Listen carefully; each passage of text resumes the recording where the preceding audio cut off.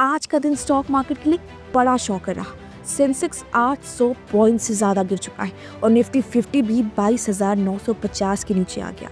हो क्या रहा है और हो क्यों रहा है और आपको क्या करना चाहिए, चलिए सीधे बात करते हैं। सेंसेक्स ने 76,160.09 पर ओपन किया था, लेकिन धीरे धीरे 850 पॉइंट्स गिरकर 75,435.75 तक पहुंच गया। निफ्टी भी 1% से ज़्यादा गिरकर 22,921.60 तक आ चुका है।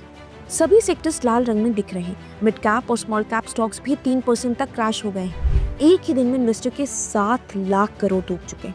BSE लिस्टेड कंपनीज का मार्केट कैप 406 लाख करोड़ तक गिर गया, जो पिछले सेशन में 413 लाख करोड़ था। ये लॉस सिर्फ नंबर्स नहीं बल्कि इन्वेस्टर्स की टेंशन भी बढ़ा रहा है।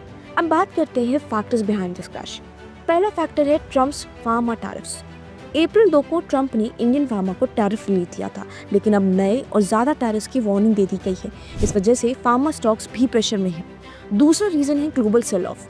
यूएस मार्केट्स में तेज गिरावट देखने को मिली। नास्डैक 6% और S&P 500 4.8% डाउन है। इसका असर इंडियन मार्केट पर भी पड़ा। तीसरा रीजन है एशियन मार्केट्स रेड जोन में है।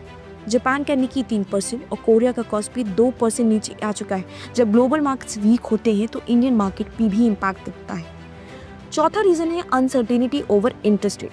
ट्रंप के नए टैरिफ्स के बाद इन्फ्लेशन बढ़ने के चांसेस हैं और अगर ऐसा होता है तो US federal reserve interest rate cut नहीं करेगा। इस वजह से इन्वेस्टर सेंटिमेंट नेगेटिव हो गया है। पांचवा रीजन है ब्रॉड बेस्ड सेलिंग।